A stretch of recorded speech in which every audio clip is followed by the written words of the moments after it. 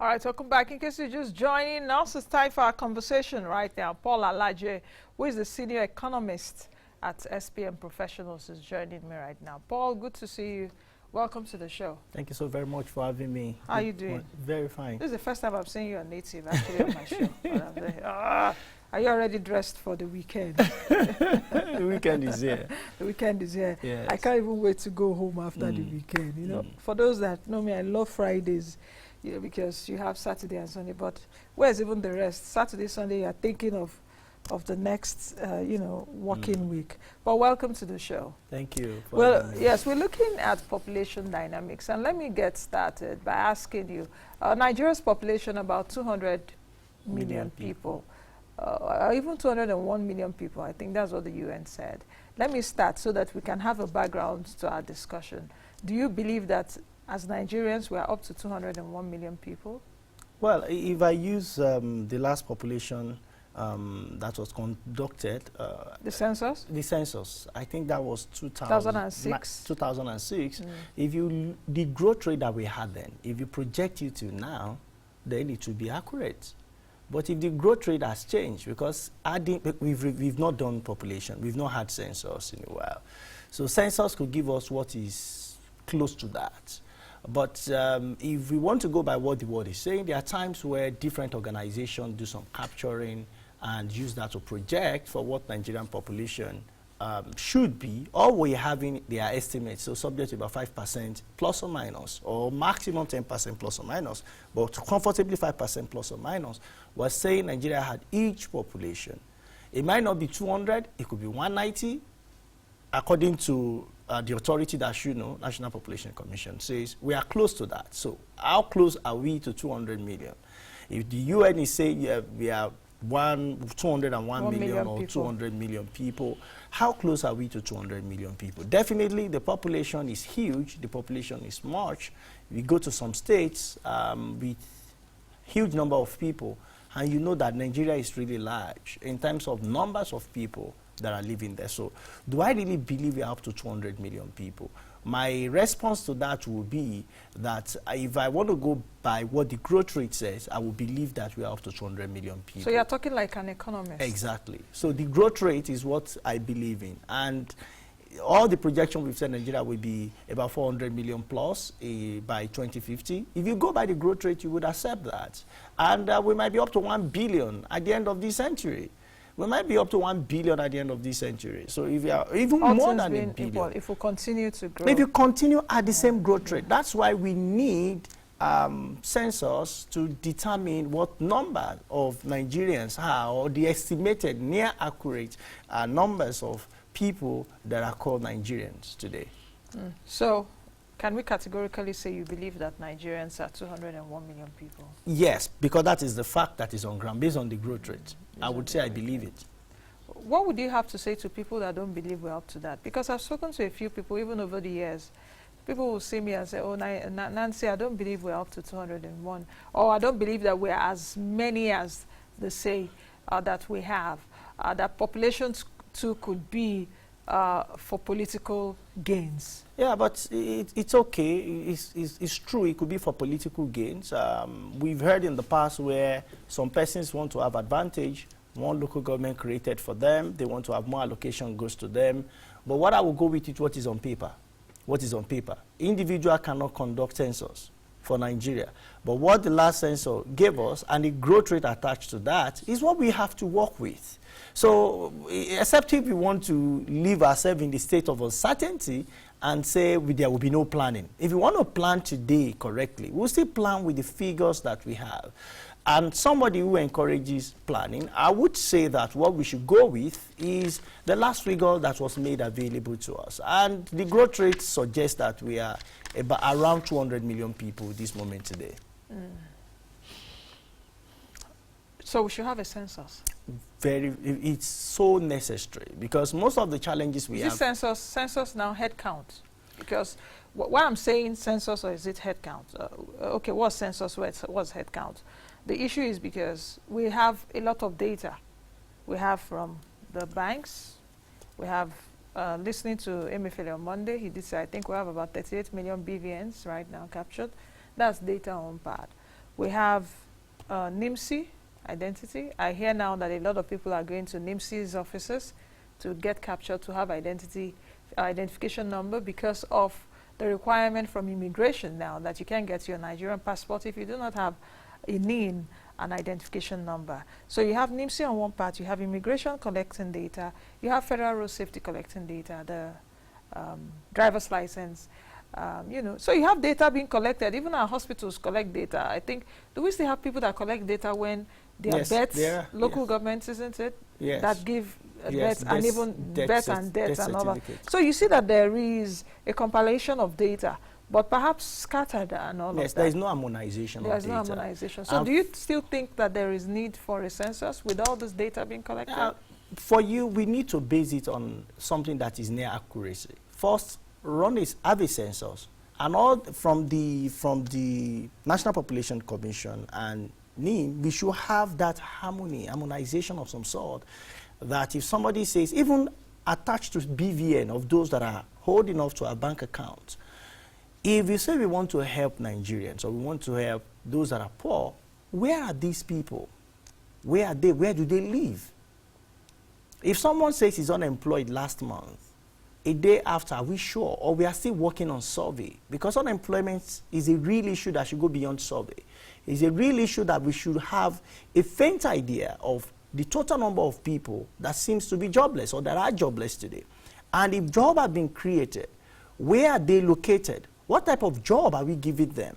How much are they earning in pay? So if we don't harmonize our data, but that does not mean we should not do census, because conversation around census goes beyond what BVN is saying, goes beyond what immigration is saying. Not all Nigerians will travel. Not all Nigerians have bank accounts. Not all Nigerians have driver's license. Not all Nigerians have driver's. Not all Nigerians will even drive. I hope many people. How about voters card too? Not all Nigerians voted. So you have that census that from birth to, if you like, the oldest person in Nigeria, we need to capture them to know how many are Nigerians. Why? The conversation around census is we use it for planning. Infrastructure, we always say we need about 100 billion naira on annual basis from now to the next 10 years to invest. $100 million. Yes, $100 million to invest on infrastructure, particularly road. You know, we need that on road, just road alone, for us to have the kind of road for the population that we have. But where do we need the road? Should we put road between Arkila and Sokoto town? Should we put it on Lagos-Ibadan Expressway? Should we put it Akampa to somewhere around MCC Road in Calabar? Should we put it in the Summit Road in Delta? Where should we put it exactly? We need to know total number of people, how people consume road, in order for us to say that based on the number of people and economic activity going on there, these are the requirements that you need so that we can build. Countries that have huge population, in fact more population than ours, they've had economic growth from their huge population, because population could be advantage, it could be advantageous, it could be disadvantageous. Depend on how we maximize it. They understood where the monies in the economy are, and they give them empowerment, they give backing, they put infrastructure, deploy it in all of those locations, not leaving the other locations idle. Because if you leave them idle, then you have some insecurity of some sort, particularly when you see people that are poor, they come to where people are relatively rich once in a while, and they feel, what can we do? We don't have the education anyway. 13.5 million people are out of school. That's a figure we have. We have a lot of issues also on health. Some issues, we hope that with what government is doing, we do more in order for us to have better health sector. So, but if we don't have that, population, rather than being advantage to us, it will be a whole lot of disadvantages. All right, let's get to hear from Nigerians and hear what they have to say. My team went out to the streets to find out what Nigerians think about, you know, the population dynamics of the country. Take a listen. The first step is for us to know how many. Nigeria, we don't know exactly what we are, how many we are. So the first step is for us to know how many, the total number of the people living in this country. Then we'll know how to plan for. Because any planning we are doing without getting the number you're planning for, I don't think you can get the desired result. We need a sensor, not the one we'll be doing. I don't know how we can achieve that, but we really need it. I would prefer that we encourage population to increase. Also reinforce that people, I know that I'm an individual in this nation, all of us are Nigerians. What do we add to make it more beneficial? Instead of saying cut population, let us harness the beauties of all the people, you understand? So the more we add, the better for us. People are running away from villages and are coming within. So there's no how you can control the population. It's rather to make available space for people to be able to accommodate people. Right? Giving birth to 1 or 2 children, it cannot control. It cannot. Truly, I tell you, because there are some local, illiterate women that don't know about family planning. So they can be giving birth and their men do not even allow them to rest. If we say we are going to copy the Western world, that is reducing our population, asking that so amount of children you have to bear when you are married, well, it will look somehow to those who are not well educated. But for the educated ones, they now know that having 2 or 3 kids will be enough for you. But it will take a lot of education to our people to reduce it. It's hard time we control our population because everybody knows globally what is happening all over the world. So it's hard time because Nigeria every day we are in abject poverty. People continue living in abject poverty. All right, you've heard what some Nigerians had to say concerning especially population control, which we'll come to in a bit. But do you think that Nigeria has been able to harness, its population for economic growth? Maybe not, but you see, it goes beyond the economy. Even with huge population, you might have huge military strength. Yes. Countries with huge population, America, China, India, it's natural that you can recruit more people to defend the country. That I believe Nigeria can do, but how much of that we have in the police, which we also need huge number of people, but because of pay for both the armed forces, the paramilitary, etc., it's a real conversation we should have.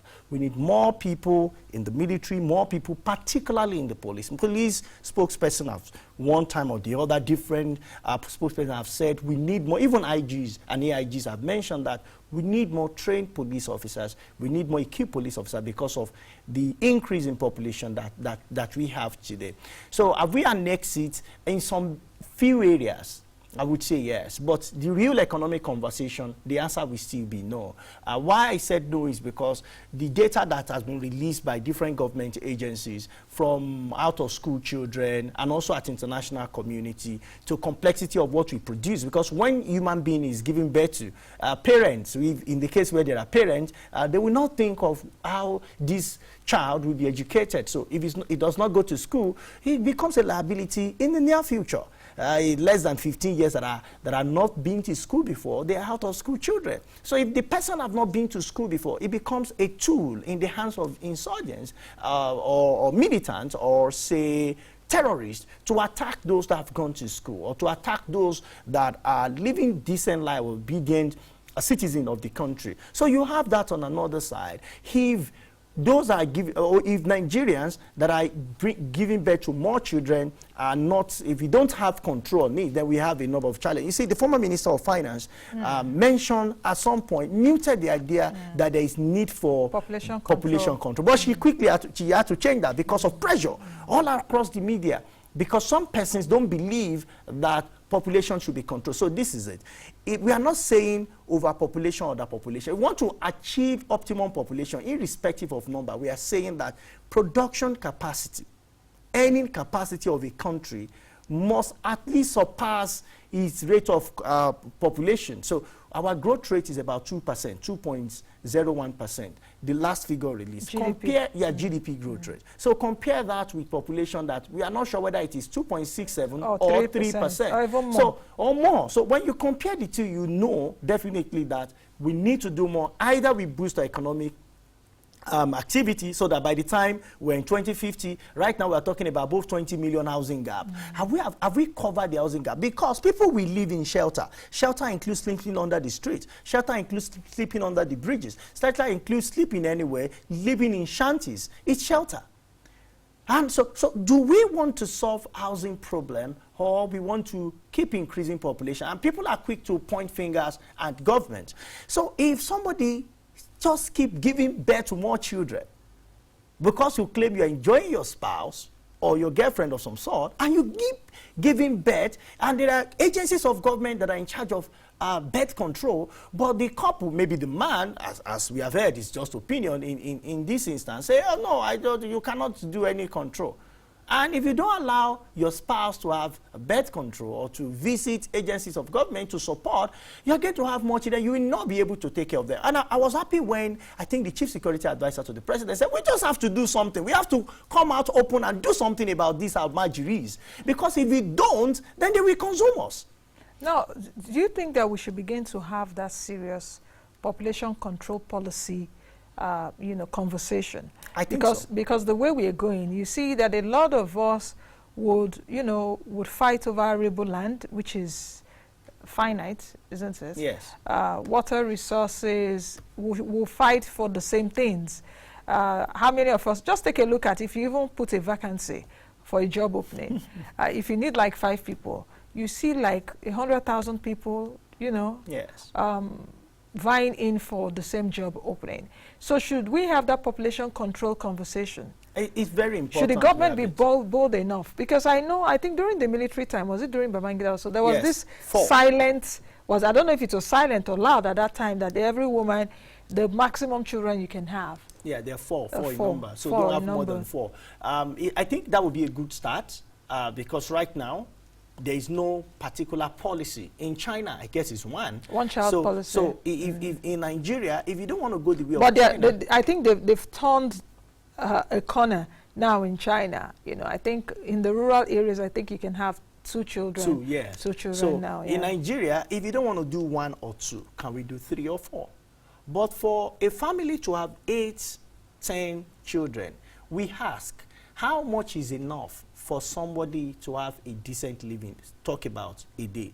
Now, let's go with what the UN say. You must earn approximately $2 a day. So $2 times 30, you're talking about $60 in a month. If you multiply that by, depending on the figures you want to use, do you want to use 360 or 359 or 305?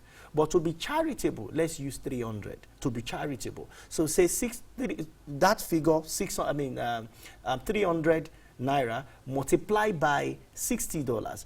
Look at the figure it gives you. Multiply by the number of people that are in that home. Compare it. How much is our minimum wage? Minimum wage is 30,000. Which is less than $100. I think about $60. Okay, that's about $60. Yeah, so when you look at that, compare that with the number of income you must earn for your family to be out of poverty. So families that are 4 and depend on 30 to 50,000 naira automatically become poor. So with what do we do? With inflation, let's just say other things being equal, ceteris paribus, that those factors are not changing.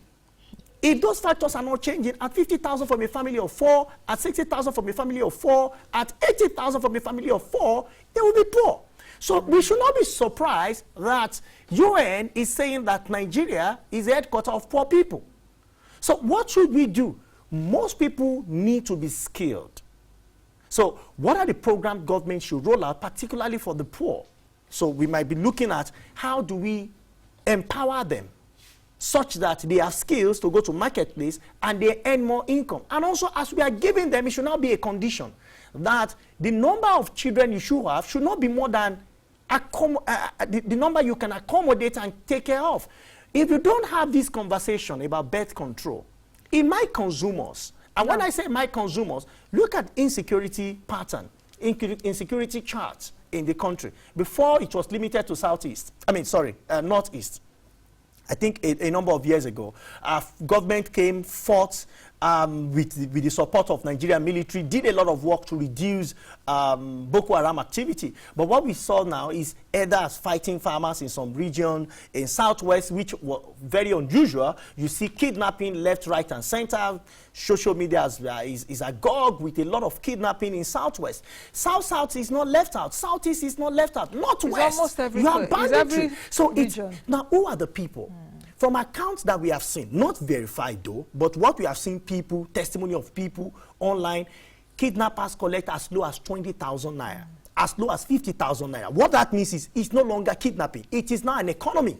So if it becomes huge economy, we need to do more. Now we have issues of today. How do we control it so that the issue we have today will not follow us to our tomorrow? Tomorrow could be 5 years' time. It could be 10 years' time. More so that the president has said he has a vision of 100 million people to come out of poverty in 10 years, creating jobs for 10 million people. But the job he will create for them, which is planning to create, will not come from people kidnapping others. So security agencies will do their work. As much as that is done, we also need to control those, particularly those who are poor, who are the poor, I mean, the poorest of the poorest. They do more in terms of reducing the number of children they bring around, because you cannot be somebody who earns less than minimum wage at what you do, either say at the kind of work you do. I don't want to mention so that it doesn't sound derogatory to a particular job. So you can't do that and the two husband and wife earn something less than that, and you have 10, 6, 16 children.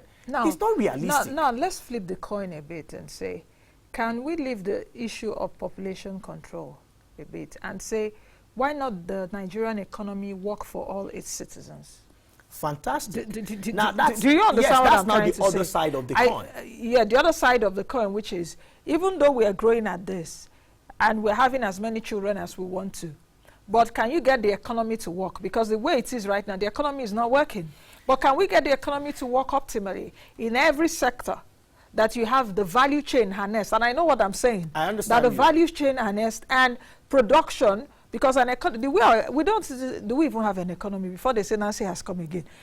But do you understand what I'm saying? Do we have an economy where there is no production, there is no manufacturing? So if we can get our economy working and we integrate everyone there, and we just have like an unemployment rate of like 5% or less than that. Australia has had an unemployment rate of less than 5% over the years. If you're looking at Australia, it will be going really far. No, I'm just saying that is even more than our continent. Look at India, that is more than our population. But all of those countries, we need to be careful as well.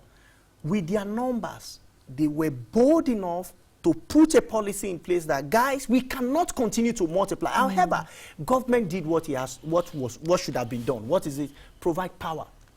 Power conversation.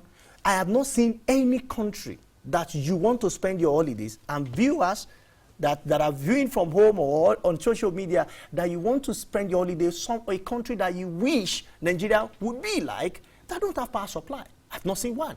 Mention one and I will tell you they have power. Now, the power might not be 100% there, but the production sector is guaranteed to a large extent of power supply. So what Nigeria should look at is, how do we create power? You see, conversation around development, which is what you are talking summarily, how do we develop our country? They've been reduced to 3. Number 1 is removing growth hurdles. What are the hurdles to growth for Nigeria? Power is there, infrastructure is there, education is there. Because even if you have production and the population you have is not educated, health conversation is there. When we can remove those bottlenecks to growth, and also how do we boost income, because that is very central to all of that, then we look at the second one, which is structural transformation.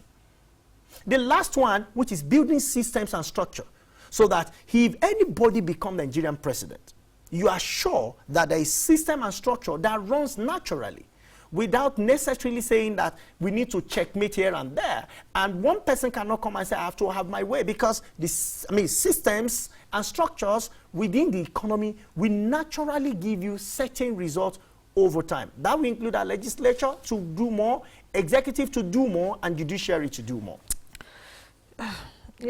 This population conversation can go on and on and on, because it will take us to a lot of different facets. But if you take a look, even the median age in the countries are, I think, about 17.9 years. That means the median age of Nigerians about, let me just say, 18 years, because we have a lot of youth.